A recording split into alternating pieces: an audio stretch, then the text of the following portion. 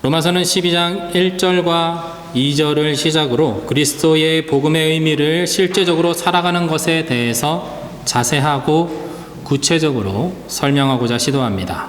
로마서 12장 1절과 2절은 이론과 실천을 연결짓는 그 자리에 위치하고 있기 때문에 로마서에서도 가장 중요합니다.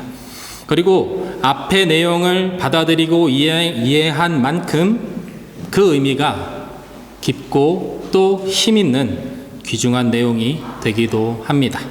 로마서 12장 1절과 2절의 말씀을 그 의미를 기억하면서 한 번 더 같이 읽어보도록 하겠습니다. 함께 읽겠습니다. 시작. 그러므로 형제들이여 내가 하나님의 자비하심으로 여러분에게 권합니다. 여러분의 몸을 하나님께서 기뻐하시는 거룩한 산 제물로 드리십시오. 이것이 여러분이 드릴 영적 예배입니다. 여러분은 이 세대를 본받지 말고 오직 마음을 새롭게 함으로 변화를 받아 하나님의 선하시고 기뻐하시고 온전하신 뜻이 무엇인지 분별하도록 하십시오. 로마서가 말하는 복음이란 하나님께서 우리를 그 어떤 희생을 치르시더라도 우리를 살리고야 마시겠다는 그분의 의지라고 했습니다. 그래서 복음을 살아내는 것은 우리가 율법을 잘 지키는 것에 있지 않고 그 율법을 뛰어넘는 그 복음의 가치를 주님과 함께 살아가는 명예롭고 또 영광스러운 삶이라고 했습니다. 그러나 이 명예롭고 영광스러운 삶을 살아가기에 우리는 여전히 죄인입니다. 여전히 연약한 존재입니다. 그것이 우리가 가지고 있는 한계입니다. 로마서는 이 한계를 무시하지 않습니다.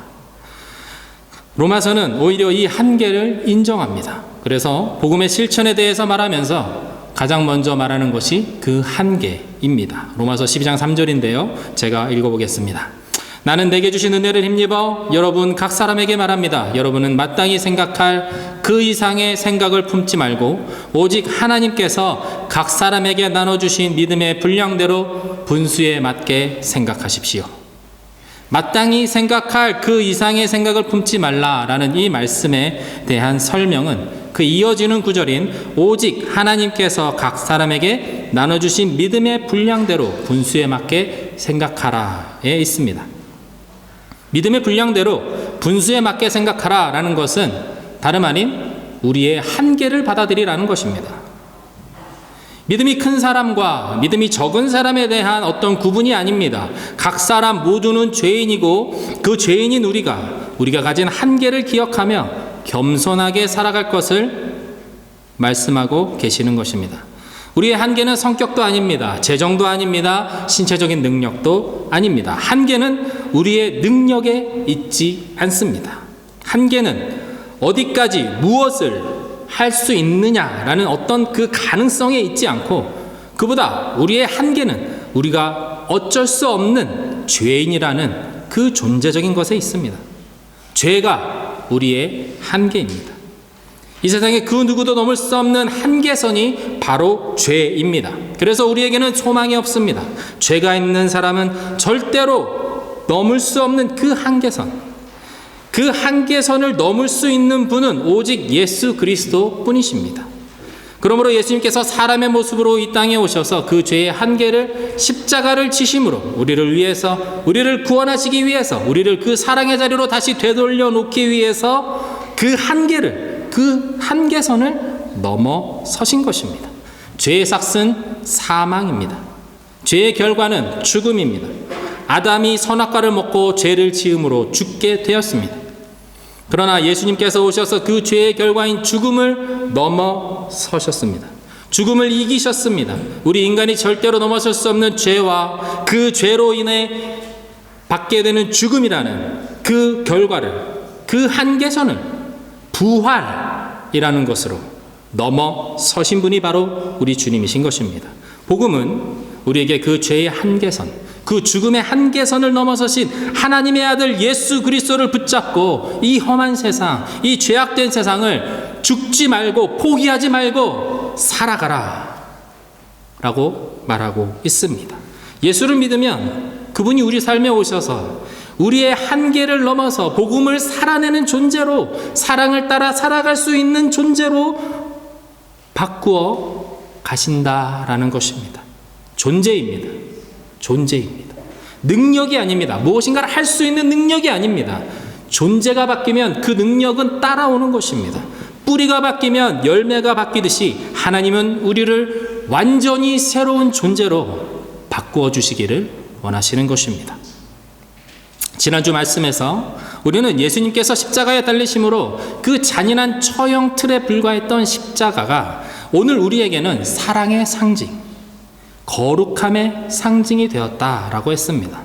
예수님을 모르는 사람들까지도 십자가에 대한 거부감보다는 경외감을 가지게 되었습니다. 그것이 복음을 우리가 살아가는 세상 속에서 녹여내는 하나의 방식, 하나님이 가르쳐 주신 방법이라고 했습니다.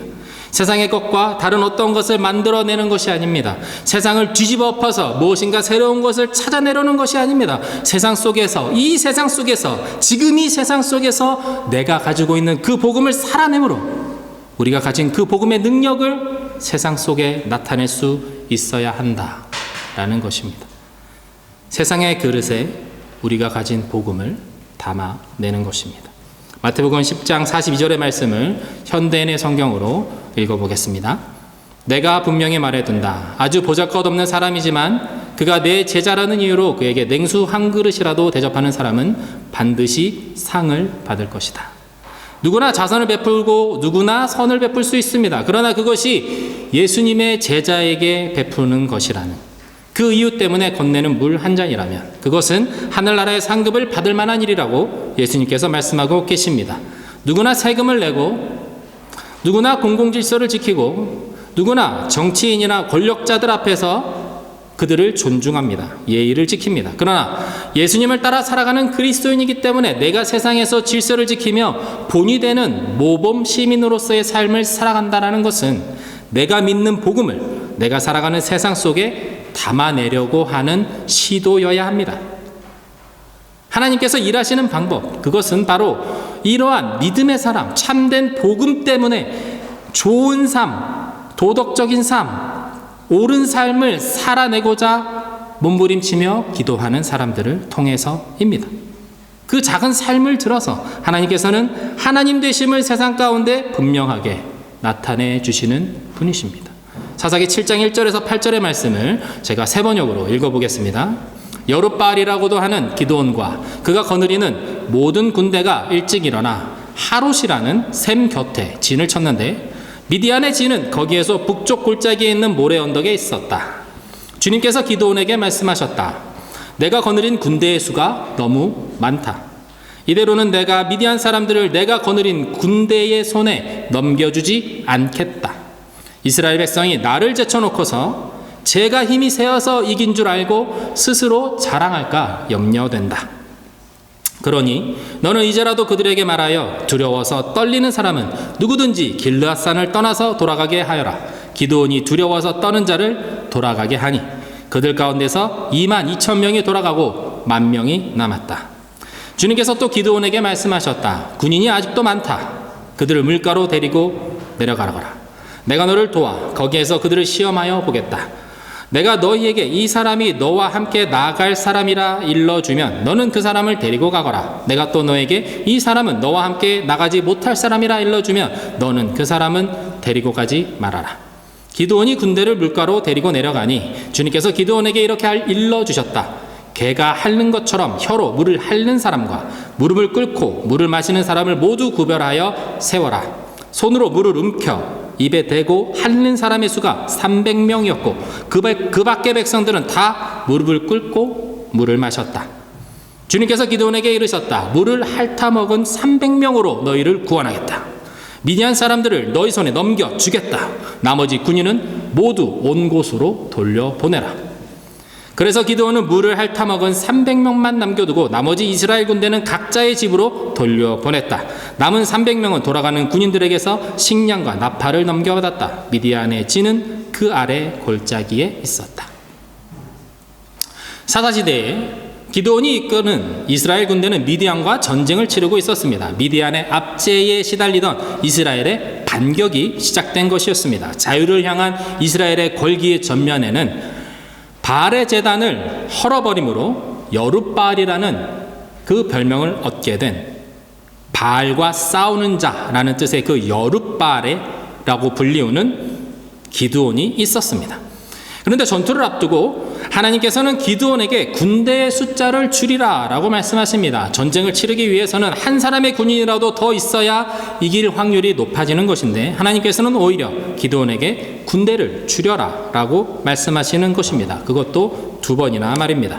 하나님의 명령을 따라 용기가 없는 자들에게 산을 내려갈 기회를 줬더니 32,000명 중에 22,000명이 진영을 떠났습니다. 이제 10,000명이 남았는데 하나님께서는 그것도 많다라고 말씀하십니다.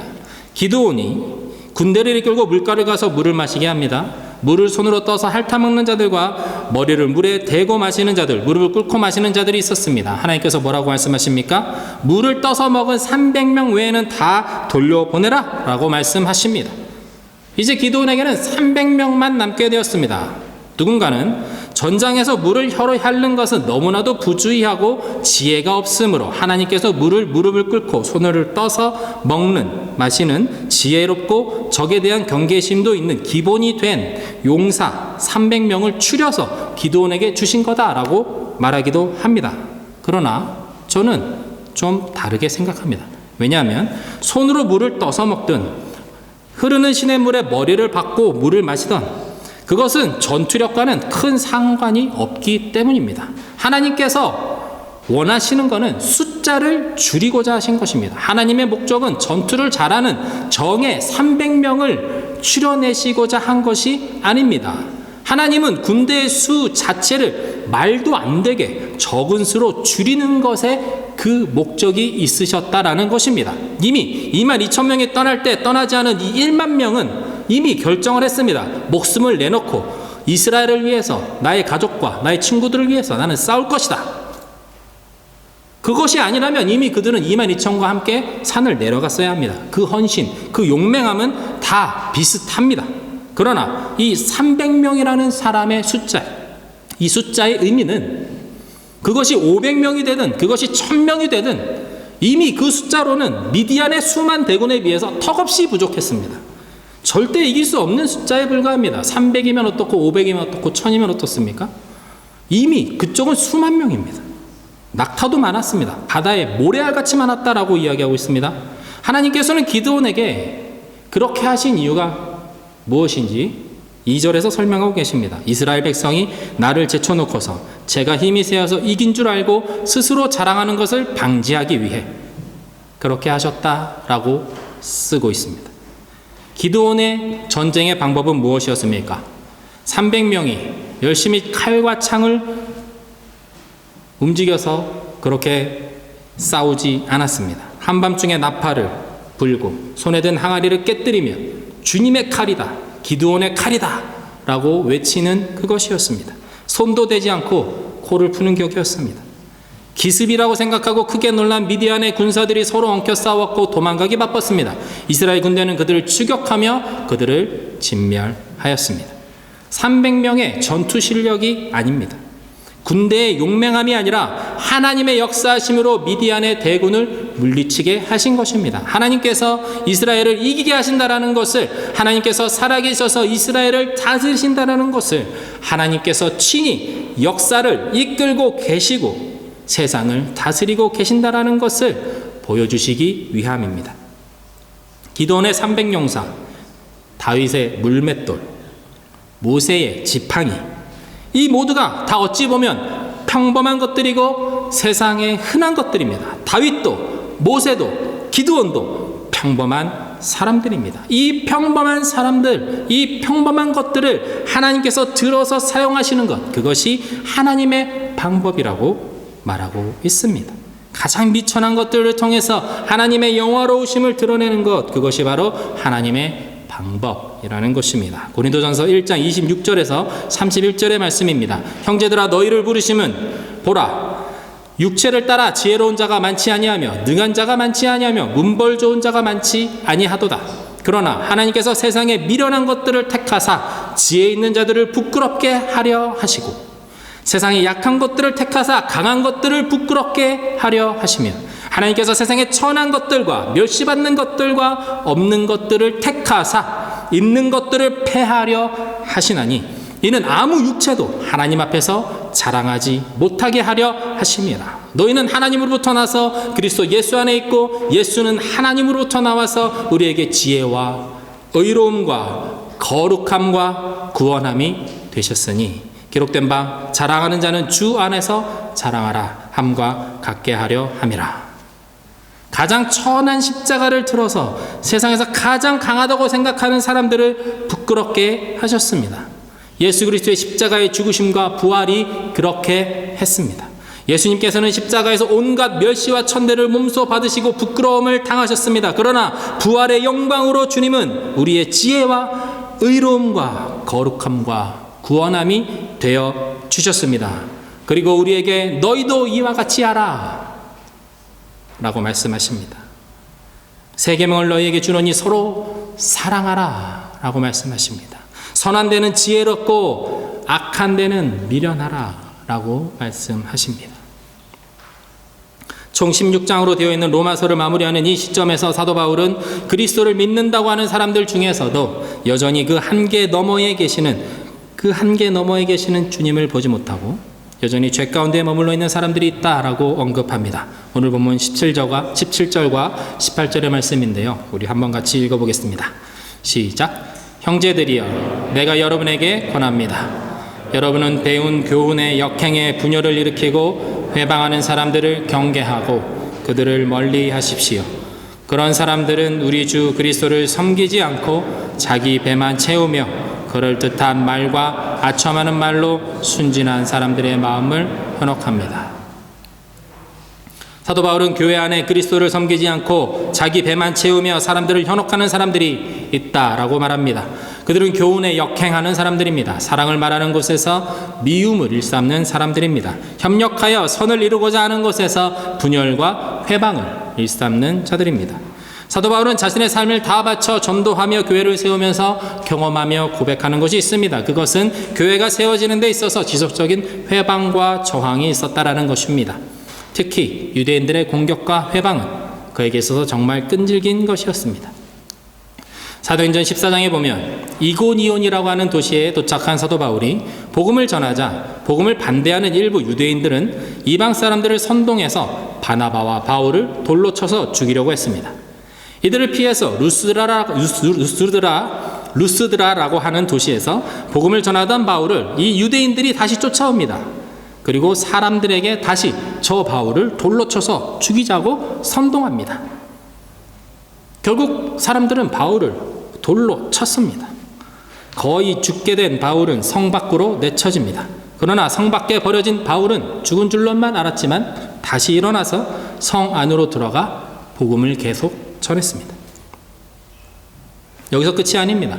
사도행전 17장에 보면 바울이 신라와 함께 데살로니가에 이르러 복음을 전할 때 데살로니가의 많은 유대인들이 바울의 전도를 통해 예수 그리스도를 영접합니다. 그러자 유대인 사람들 중에 예수 그리스도를 주로 받아들이고자 하지 않았던 사람들이 이 시장의 불량배들을 동원해서 소동을 일으키고 바울과 실라를 붙잡으려고 했습니다. 형제들은 바울과 실라를 베레아라고 하는 옆 도시로 보냅니다. 그런데 데살로니가에 있는 유대인들이 베레아에서 바울이 복음을 전한다는 소식을 전해 듣고 그 도시까지 쫓아갑니다. 그리고 다시 사람들을 선동하며 소동을 일으킵니다. 바울을 다시 돌로 쳐서 죽이자라는 것이었습니다. 이들이 주로 하는 방식은 무엇이냐면 사람들을 선동하는 것입니다. 그럴듯한 말과 아첨하는 말로 사람들을 선동해서 복음의 가르침에 반대되는 일을 꾸미게 하는 것입니다. 사도 바울은 이러한 사탄의 경계를 경계하며 로마 교회의 성도들에게 권면합니다. 왜냐하면 아직 로마 교회는 연약한 공동체이기 때문입니다. 복음을 받아들였지만 유대인과 이방인 사이에 긴장감이 있고 갈등이 있었습니다. 성숙한 공동체는 선동되지 않습니다. 진리 안에 굳건히 서 있는 공동체는 거짓말과 아첨하는 말로 사람들 사이에 들어와서 이간질하려고 하는 사단의 간계를 간파하고 그것에 동요되거나 흔들리지 않습니다. 복음의 본질과 교회의 본질을 알기 때문입니다.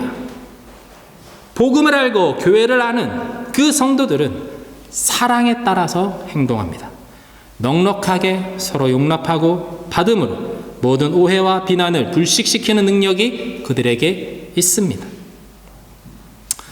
어느 교회 집사님들끼리 다툼이 매우 잦았다라고 합니다. 그 모습에 목사님이 근심을 하니까 한 집사님이 목사님을 찾아와서 이렇게 말씀해 주시더랍니다. 목사님, 다 잘해보려고 저러는 거니까 목사님이 이해해 주십시오. 그렇게 이야기하시더랍니다. 그러고 나서 이렇게 정말 좀 자세히 보고 들어보니까 집사님들이 교회가 더 잘 되는 것을 바라는 마음에서 서로 이야기하고 때로는 다투기도 하는 것이었습니다. 교회에 대한 사랑과 열심이 모두 다 다른 목소리를 내고 있었던 것이죠. 그때 목사님이 집사님들을 붙잡고 이렇게 말씀드렸다라고 합니다. 우리 잘하지 맙시다. 우리 교회는 잘하지 않는 교회가 됩시다. 뭔가 잘하려고 하는 그런 노력이 그때부터 없어지기 시작했습니다. 그러니 교회의 분란이 없어지고 교회가 부흥하고 편안해지기 시작했다라고 합니다. 무엇인가 더 잘하려고 할 때 어쩌면 우리는 정말 중요한 교회의 본질을 놓칠 수 있다라는 것이죠. 정말 잘 아는 유명한 이찬수 목사님께서 전도사 시절에 한 권사님이 새벽 기도를 한 번도 빠지지 않고 나오시는 분이 있었다라고 합니다. 그런데 이분이 전도사 시절에 이찬수 목사님을 만날 때마다 이렇게 이야기했다고 합니다. 아무개 권사가 오늘 또 안 나왔네. 마침 그 권사님과 친분도 있고 해서 이찬수 목사님께서는 조금 장난스럽게 이렇게 말씀하셨다고 합니다. 그러게요, 권사님. 저는 권사님도 새벽기도 그만 나오셨으면 좋겠어요. 그래서 아무개 권사님 이제 미워하지 않았으면 좋겠어요. 그렇게 웃으면서 이야기하셨다고 합니다. 무엇입니까? 본질을 놓치지 말자는 것입니다. 선한 데는 지혜롭고 악한 데는 순진하라. 개역개정에는 악한 데는 미련하라 이렇게 되어 있습니다. 선한 일을 하는데, 새벽 기도를 하는데 교회가 더 잘 되기를 바라는 마음인데 그 모습이, 그 과정이 지혜롭지 못하면 안 된다라는 것입니다. 선한 일을 하는 데 있어서 우리는 더 사려 깊고 멋있고 친절하고 명예로워야 합니다. 악한 자들이 와서 교회를 흔들고 이간질로 관계를 끊어놓으려고 해도 선동되지 말고 지혜롭고 순결하게 우리가 하는 그 사랑을 멈추지 않는 우리들이 되어야 할 것입니다. 예수님께서 십자가를 지실 때 온갖 굴욕과 수치를 다 뒤집어 쓰고 계실 때 그것은 전혀 멋있어 보이지 않습니다. 기드온에게 22,000명의 군사를 보내고 다시 9,700명을 또다시 내려보내라 라는 말씀, 그것은 전혀 이상적이지 않습니다. 다윗이 골리앗을 쓰러뜨리겠다라고 하면서 시냇가에 내려가 자신이 던질 물맷돌을 골라 잡고 있는 그 모습은 다른 군인들이 보았을 때는 어이없는 행동에 불과합니다. 그러나 그 열매는, 그 결과는 하나님께서 살아계시다는 것, 하나님께서 역사의 주인 되신다라는 것, 그것을 드러내는 것이 되었다라는 것, 우리는 그것을 믿음으로 붙잡아야 합니다. 한때 교회에서 유행했던 것이 있습니다. 그것은 바로 구원받은 사람 손을 들어보라는 것입니다. 구원의 확신이 있습니까? 없습니까? 라를 물어보는 것이었습니다. 그것이 잘못된 것은 아닙니다. 그렇지만 저는 큰 의미는 없는 물음이요 답이라고 생각합니다. 왜냐하면 그 구원의 확신은 내 신앙의 상태, 내 감정의 상태에 따라서 달라질 수밖에 없는 것이기 때문입니다. 정말 구원받은 사람, 그 사람은 스스로가 구원받았다는 확신에 찬 사람이 아닙니다. 십자가를 살아내는 사람입니다. 내가 가진 복음이 진짜라면 그 복음을 내 삶 속에서 살아내는 것, 그것이 정말 내가 구원받은 자라는 증거가 되는 것입니다. 하나님께서 내게 주신 물맷돌, 나에게 허락해 주신 300명, 그것을 가지고 골리앗과 같이 거대한 세상에 맞서라고 주님께서 말씀하십니다. 그것을 가지고 하나님이 주신 그 소명 앞에서 뒷걸음질 치지 않고 나의 삶을 살아내는 것, 믿음으로 그 일을 해내는 것, 도전하는 것, 나 스스로 물론 다른 사람에게까지 나와 함께 하시는 하나님, 살아계신 하나님을 증거하는 것, 그것을 하나님께서 원하시는 것입니다. 그것이 손을 들어서 저는 구원받았습니다 라고 말하는 것보다 더 확실한 구원의 증거가 됩니다. 사랑하는 미넨 복음교회 성도 여러분, 복음을 살아내는 저와 여러분 되시기를 축복합니다. 선한 데는 지혜롭고 악한 일에는 미련하게 복음을 살아내는, 실질적으로 살아내는 저와 우리 모든 성도님들이 다 되시기를 주님의 이름으로 축원드립니다. 평강의 하나님께서 속히 사탄을 여러분의 발 아래 짓밟히게 하실 것입니다. 주님의 은혜가 여러분과 늘 함께 하시기를 축원드립니다. 이 시간 함께 찬양하며 기도하겠습니다.